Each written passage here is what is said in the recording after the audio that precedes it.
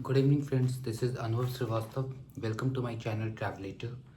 आज मैं आप लोगों को थाईलैंड ट्रिप के बारे में बताऊंगा। इसे कैसे प्लान करना है, क्या प्रोसेस है, वीज़ा कैसे चेक करना है, फ़्लाइट टिकट्स कहाँ से बुक करनी है, कितने में बजट होगा, रहना कहाँ है, खाना कैसे है, ये सारी चीज़ों की जानकारी मैं आपको दूंगा बहुत ही कम समय में। हालांकि मैंने एक डिटेल्ड वीडियो इसके लिए बना रखा है जिसका लिंक मैं डिस्क्रिप्शन में दे दूंगा, जो ऑलमोस्ट 40 मिनट का वीडियो है जिसमें मैंने बहुत सी चीज़ें डिस्कस करी है। सेफ्टी, सिक्योरिटी, ये सारी चीज़ें डिस्कस करी है। बट इस वीडियो को थोड़ा शॉर्ट रखूँगा सो डैट आप लोग आसानी से बहुत कम समय में जान सके कि हमें थाईलैंड ट्रिप करने के लिए क्या क्या करना है। तो थाईलैंड ट्रिप के लिए सबसे पहला प्रीरिक्विजिट है थाईलैंड जाने का सोचना। तो अगर आपने सोच रखा है कि आपको थाईलैंड जाना है घूमने के लिए, वेदर आप सोलो ट्रैवलर हैं या फिर आप फैमिली के साथ जा रहे हैं या फ्रेंड्स के ग्रुप ऑफ फ्रेंड्स के साथ जा रहे हैं, what ever the situation is, अगर आपने सोच लिया थाईलैंड जाना है तो इट्स वेरी वेरी सिंपल। जैसे आप इंडिया में एक जगह से दूसरी जगह ट्रैवल करते हैं, जैसे आप कोलकाता से बैंगलोर जाते हैं, वैसे आप कोलकाता से बैंकॉक जा सकते हैं। बहुत सिंपल है। तो प्री रिक्विजिट में यह है कि आपके पास पासपोर्ट होना चाहिए जिसकी वैलिडिटी एटलीस्ट 6 महीने की होनी चाहिए, और एक या दो पेज ब्लैंक होनी चाहिए। वो मिनिमम बेसिक रिक्वायरमेंट है। फिर आपके पास इमिग्रेशन ऑफिसर्स पे डिपेंड करता है वो आपसे क्या क्वेश्चंस पूछते हैं, बट मिनिमम बेसिक रिक्वायरमेंट ये है कि आपके पास रिटर्न टिकट्स या ऑनवर्ड टिकट्स होनी चाहिए। और समटाइम्स वो प्रूफ ऑफ स्टे भी पूछ लेते हैं कि आप कहाँ स्टे करोगे। तो आप मैंने स्टे का भी बता रखा है अपने वीडियोस में, जिसका मैं लिंक डिस्क्रिप्शन में शेयर कर दूंगा कि आपको कहाँ स्टे करना है। As a solo traveller specially कहाँ स्टे आप कर सकते हो, बैंकॉक में या पटाया में या फुकेट में, कहीं भी आप हॉस्टल ले सकते हो। वो सारा मैं शेयर कर दूंगा। तो प्रूफ ऑफ स्टे आपको दिखानी है। अगर आप वहाँ जाकर बुक करना चाहते हो तो वो भी ठीक है, उसमें भी कोई प्रॉब्लम नहीं है। बट आप booking.com पे आप फ़िल्टर सेलेक्ट कर लो कि जहाँ प्री पेमेंट रिक्वायर्ड नहीं है और क्रेडिट कार्ड रिक्वायर्ड नहीं है, तो आप बुक कर लो कोई भी स्टे। बैंकॉक में ही स्टे कर लो, इवन आपको पटाया जाना है आप फिर भी बैंकॉक में स्टे कर सकते हो। आप वही स्टे दिखा दो और सब चीज़ों की प्रिंट आउट ले जाओ, बिकॉज मोबाइल में दिखाने में टाइम लग सकता है और इट मे और मे नॉट वर्क, बट आप प्रिंट आउट ले जाना। तो prerequisite is very simple, already मैंने बता रखा है।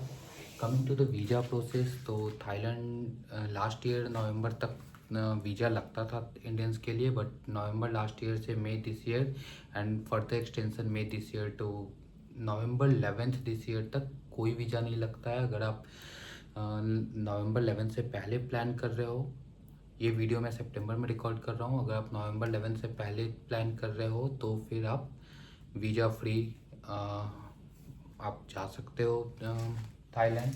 तो वीज़ा प्रोसेस में कुछ भी नहीं है, आपको बस पासपोर्ट ले जाना है और वो सिर्फ स्टाम्प लगा देंगे, there will be no visa.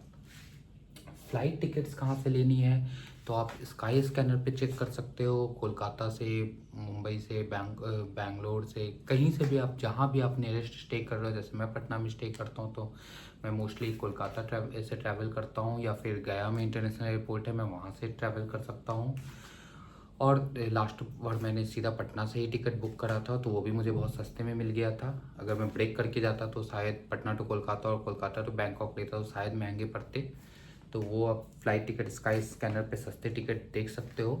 एक छोटा सा कैच है यहाँ, अगर सस्ते टिकट आप लोगे तो ध्यान देना कि उसमें चेक इन लगेज कितना दे रहा है। Most of the budget traveller, budget career जितने भी है, air Asia, Indigo and all, वो समटाइम्स फ़्लाइट टिकट्स तो बहुत सस्ते रखते हैं, अराउंड 7K 8K में आपका टिकट मिल जाएगा। बट चेक इन लगेज उसमें जीरो होता है। अगर आप ट्रैवल कर रहे हो सोलो, दैट्स परफेक्टली फाइन। जैसे मैं लेता हूँ, मेरे पास 7 kg से ज़्यादा लगेज होता नहीं है और एक लैपटॉप होता है, तो laptop is any way free. आप लैपटॉप ले जा सकते हो और 7 kg तक लगेज है तो फिर आपको दिक्कत नहीं है। बट ये मैं आपको इसलिए बता दे रहा हूँ कि आप गलती से ऐसा ना हो कि आप सस्ते टिकट के चक्कर में चेक इन लगेज वाला टिकट ना लो, 0 kg चेक इन लगेज वाला टिकट ले लो और जब आप एयरपोर्ट पे पहुँचोगे तो आपको लगेज का बहुत एक्स्ट्रा चार्ज करेंगे और वो बहुत पेनफुल होगा। तो flight ticket is very simple, आप स्काई स्कैनर से चेक कर लोगे, जो भी सस्ती टिकट मिलेगी 7, 8, 9, 10 के तक टिकट आपको मिल जाएगी बैंकॉक के लिए, स्पेशली कोलकाता से। अगर आप साउथ से लेते हो तो थोड़ा सा कॉस्टली पड़ सकता है, बट कोलकाता से सबसे सस्ती टिकट मिलती है। Next is travel insurance. तो ट्रैवल इंश्योरेंस ये मैंडेटरी नहीं है, वहाँ के इमिग्रेशन ऑफिसर आपसे ट्रैवल इंश्योरेंस पूछेंगे नहीं, बट आप दूसरे देश में ट्रैवल कर रहे हो तो आपका इंडिया का कोई भी इंश्योरेंस काम नहीं आएगा। तो ये बेटर है कि आप एक 7 डेज या 10 डेज, जितने दिन की आपकी ट्रैवल है उतने दिन का आप ट्रैवल इंश्योरेंस ले लो। That will cost you around 400 और 500 रुपीज़ फॉर 1 लाख USD। तो अगर मे गॉड फॉरबिड ऐसा कुछ हो ना, बट अगर एक्सीडेंट होता है और या हॉस्पिटलाइजेशन या कुछ होता है तो you will not have to pay from your pocket. तो वो ट्रैवल इंश्योरेंस हमारी खुद के बेटरमेंट के लिए वो it's a kind of mandatory, तो आप एक ट्रैवल इंश्योरेंस ले लेना। करेंसी कन्वर्जन की जहाँ तक बात है तो आप करेंसी, वहाँ की करेंसी थाई बात है, 1 Thai baht is close to around 2.5 INR। तो आप करेंसी इंडिया में लोकल बैंक से या समवेयर से आप लोकल शॉप से ले लेना। कोलकाता में या किसी भी मेट्रोज में मिल जाता है, छोटी सिटी में मुश्किल है, पटना में, रांची में ये सब थोड़ा मुश्किल है। तो मैं मोस्टली कोलकाता से ट्रैवल करता हूँ, तो कोलकाता में मुझे मिल जाता है, बट बहुत ज़्यादा मत लेना। आप INR कैरी कर सकते हो, एटलीस्ट कोलकाता में जो आपको रेट मिलेगा आपको बैंकॉक में उससे थोड़ा ना थोड़ा बेटर रेट मिलेगा। ये मैं पर्सनल एक्सपीरियंस है उस पर मैं बता रहा हूँ, क्योंकि मैं 2-3 बार ट्रैवल कर चुका हूँ और हर बार, फर्स्ट टाइम तो मुझे पता नहीं था, तो मैं बहुत ज़्यादा करेंसी यहाँ से ही कन्वर्ट करके ले गया था, बट जब वहाँ पता चला कि करेंसी वहाँ बेटर मिलता है कन्वर्जन, तो फिर मैं ज़्यादा करेंसी नहीं ले जाता। आप 1000 बात ले जा सकते हो, जिससे आप एयरपोर्ट से कहीं भी सिटी में जा सकते हो और फिर वहाँ आप कन्वर्ट करवा सकते हो। एयरपोर्ट पे बिल्कुल भी कन्वर्ट मत करवाना, बिकॉज वो बहुत कॉस्टली पड़ेगा आपको। अगर आप 80-90 के या 1 लाख के बजट में ट्रैवल कर रहे हो तो आपको ऑलमोस्ट 10 to 12 के INR का लॉस हो सकता है। तो better not to go for currency conversion on airport. इससे बेटर एक ऑप्शन है, आप एक कम करेंसी ले जाओ और एक ट्रैवलर्स कार्ड ले लो, जैसे मैं स्केपिया कार्ड कैरी करता हूँ। This is not a promotional video, मैं पर्सनल एक्सपीरियंस से बता रहा हूँ। स्केपिया कार्ड मेरे लिए बहुत फ्रूटफुल रहा है, इवन बैंकॉक में, मलेशिया में, नेपाल में, जहाँ भी मैं गया हूँ ये कार्ड लेके जाता हूँ। तो ये जो कन्वर्ज़न रेट देता है वो बिल्कुल डैट पर्टिकुलर टाइम में गूगल में जो आपको कन्वर्जन रेट दिखाएगा वो सेम कन्वर्जन रेट देता है, and there will be no markup charges for any of the currency conversion. कोई मार्कअप चार्जेस नहीं है, तो it's very very beneficial. Thailand में या मलेशिया में समवेयर वो 3% एक्स्ट्रा चार्ज करते हैं क्रेडिट कार्ड से पे करने पे। तो ट्रस्ट मी, ये 3% एक्स्ट्रा देने के बाद भी आपको ये सस्ता पड़ेगा करेंसी कन्वर्ट करवाने के कंपैरिजन में। तो अगर आप कोई ट्रैवल कार्ड ले जा सकते हो, स्केपिया या नियो ग्लोबल कार्ड या फिर किसी भी बैंक आप चेक कर सकते हो, ICICI, HDFC, कहीं भी अगर आपको मिलता है, बट ये मोस्टली स्केपिया फेडरल बैंक का कार्ड है और नियो ग्लोबल कार्ड आप यूज़ कर सकते हो, ये आपको बहुत हेल्प करेगा। वन मोर थिंग, बहुत सारे यूट्यूबर्स ने ये बता रखा है कि आप USD कैरी करो, तो मैं आपको बता दे रहा हूँ कि USD आप तभी कैरी करना जब आपके पास ऑलरेडी USD है। बट इंडिया में USD बाई करके थाईलैंड में USD से थाई बात कन्वर्ट करवाना ये कहीं से भी फ्रूटफुल नहीं होगा आपके लिए। आपको इनफैक्ट ज़्यादा पैसा देना पड़ जाएगा, बिकॉज आपको 2 बार कन्वर्जन चार्जेस देने पड़ेंगे, एक बार USD बाई करने के लिए, फिर USD to Thai baht convert करवाने के लिए। तो आप बिल्कुल भी ये गलती मत करना USD कैरी करने की। बट अगर आपके पास USD ऑलरेडी है तो वो बेनिफिशियल है, बिकॉज USD का कन्वर्जन रेट आपको थाईलैंड में INR से बेटर मिलेगा। तो that is one thing which many YouTuber doesn't says. तो करेंसी हो गया। अब वहाँ जाके आपको इंटरनेट की ज़रूरत पड़ेगी, तो फर्स्ट ऑफ ऑल आप 1-2 मैप, अगर आपने प्री बुकिंग हॉस्टल्स या होटल्स कर रखा है तो आप गूगल से मैप डाउनलोड कर लो। अगर आप सुवर्णाभूमि इंटरनेशनल एयरपोर्ट पे उतरते हो या डॉन म्योंग पे उतरते हो, थाईलैंड में बैंकॉक में 2 एयरपोर्ट है, सुवर्णाभूमि नया है और डॉन म्योंग बहुत पुराना है। It is one of the oldest airport in world. तो आप इंटरनेट के लिए सॉरी आप मैप ऑफलाइन मैप आप डाउनलोड करके रख सकते हो, but still you will required internet there. तो एयरपोर्ट पे तो आपको फ्री वाईफाई मिल जाएगा, तो आप वहाँ से ग्रैब या कुछ बुक कर सकते हो और आप सिटी में जाकर 7-Eleven से सिम ले सकते हो। अदरवाइज़ आप एयरपोर्ट पे भी सिम ले सकते हो, बहुत ज़्यादा डिफरेंसेस नहीं आएगा।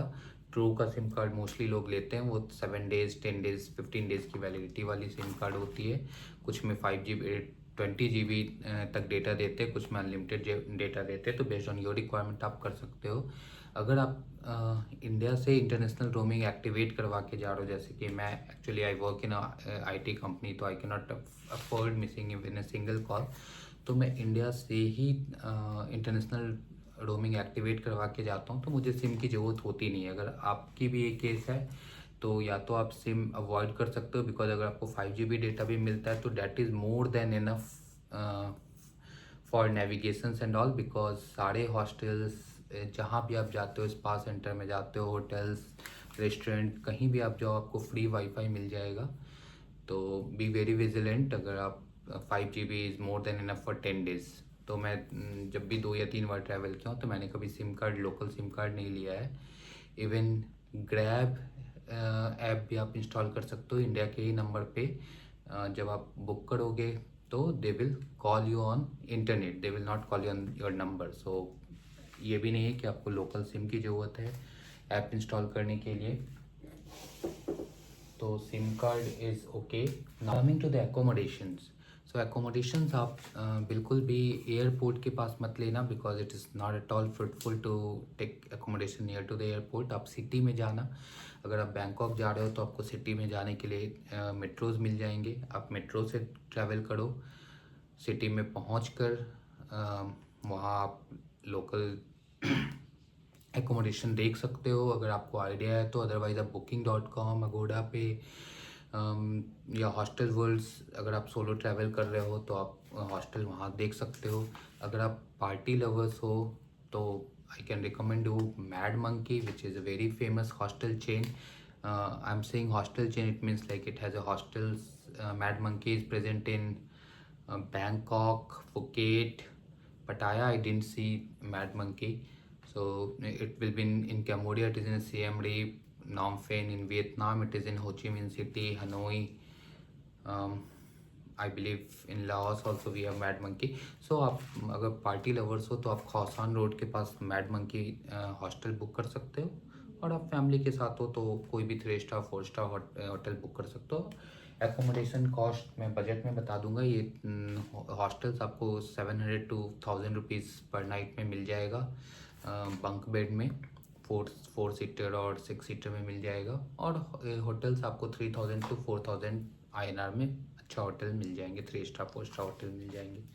अगर बजट कांस्टेंट नहीं है तो you can go up to any level. So that is all about accommodation.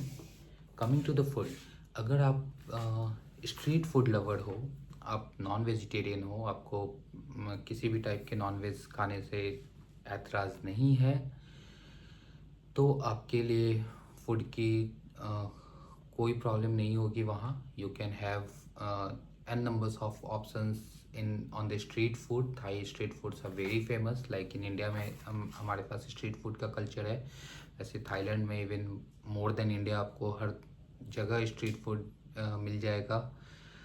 तो आप वो वहाँ आप खा सकते हो, बहुत सस्ते में मिल जाएगा इनफैक्ट, अगर आप थाई फूड प्रेफर करते हो तो।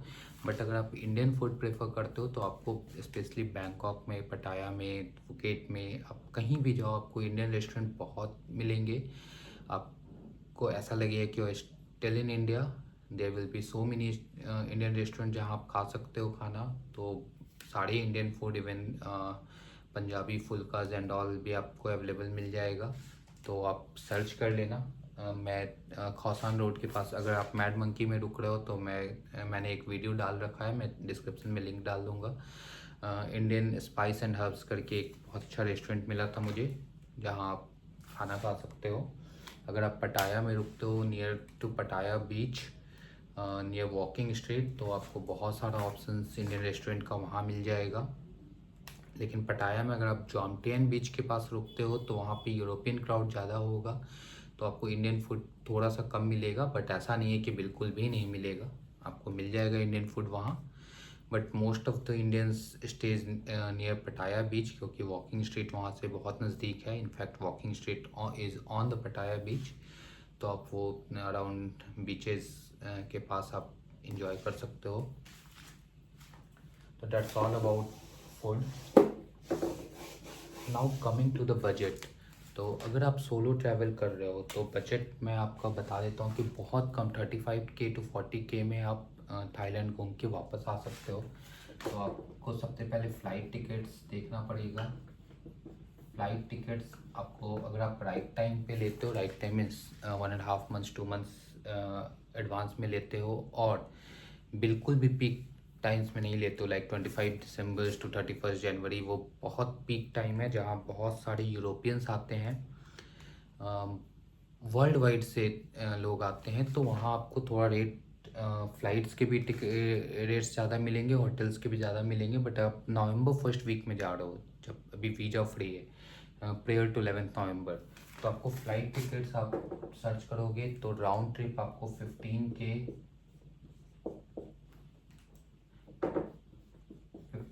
to 20K में आपको फ़्लाइट टिकट्स मिल जाएगी।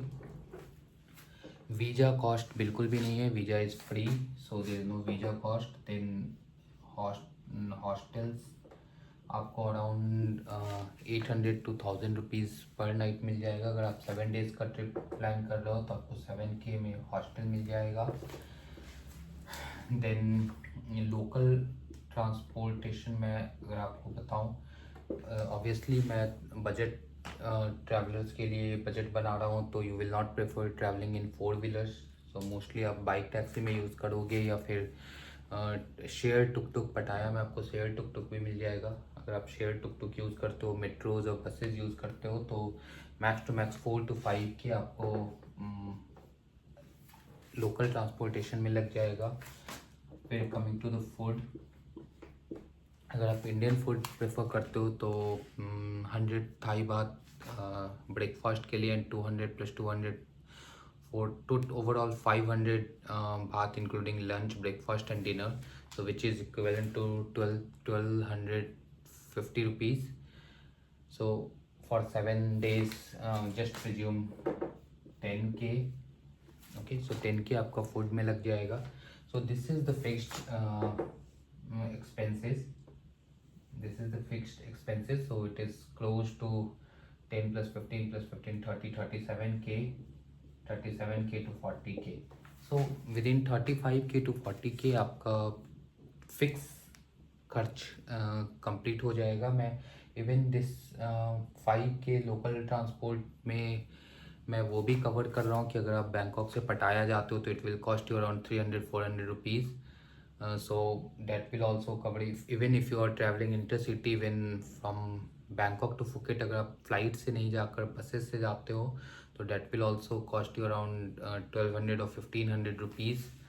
So including everything you will spend 5K to 7K in transport, and so overall budget will be 35 to 40K. हाँ, मैंने इसमें वो इंक्लूड नहीं करा है जो एक्टिविटीज़ आप वहाँ जाकर करेंगे, लाइक आप कोई island like PP island all आप घूमने जाते हो, या पटाया में कोई आइलैंड घूमने जाते हो, तो वो कॉस्ट मैंने ऐड नहीं करा, हालांकि वो भी बहुत सस्ते में हो जाएगा। So that's all about Thailand trip. आप बस सोचो, प्लान करो और you are in Thailand. Okay, मैंने डिटेल्स वीडियो इस पे बना रखा है, हालांकि जैसा कि मैंने स्टार्टिंग में भी बताया है, जिसका लिंक मैं दे दूंगा। उसमें मैंने सेफ्टी एंड सिक्योरिटी के बारे में बता रखा है, but just for a second मैं आपको बस एक छोटा सा टिप दे देता हूँ कि आप कभी रात में अकेले ट्रैवल अगर आप कर रहे हो, या फिर आप ग्रुप में भी ट्रैवल कर रहे हो, try to avoid any dark and quiet places. You may face some problem there, but अगर वेल लिटेड एरिया है, पब्लिक एरिया है, तो वहाँ Thailand is very very safe. So कोई प्रॉब्लम नहीं होगी, थोड़ा सा केयरफुल रहना है। हॉस्टल्स में भी आप रुकते हो तो लगेज का कोई दिक्कत नहीं है, बट आप अपना एक लॉक ले जाना, वो लॉक आप यूज़ कर सकते हो। पासपोर्ट्स एंड ऑल थोड़ा सेफ्टी से रखना, बिकॉज अगर वो लॉस्ट हो गया तो प्रॉब्लम तो होगी, आपका सारा ट्रिप मिस हो जाएगा। You will be spending all your time in embassies and all. And आप एम्बेसी का नंबर रख लेना, जो मैं आपको डिस्क्रिप्शन में दे दूँगा, थाईलैंड में इंडियन एम्बेसी का नंबर। होपफुली ज़रूरत नहीं पड़ेगी। अगर आपको ये वीडियो हेल्पफुल लगा है तो kindly like, share and subscribe my channel. This will help me in helping you to explore the world, because इसके बाद मैं मलेशिया का ट्रैवल वीडियो डालने वाला हूँ। मलेशिया का वीज़ा कैसे लेंगे और मलेशिया में कैसे ट्रैवल प्लान करेंगे, तो वो सारा मैं मलेशिया भी दिसंबर तक वीज़ा फ्री है। तो your one like will motivate me. Kindly like, share and subscribe. Thank you.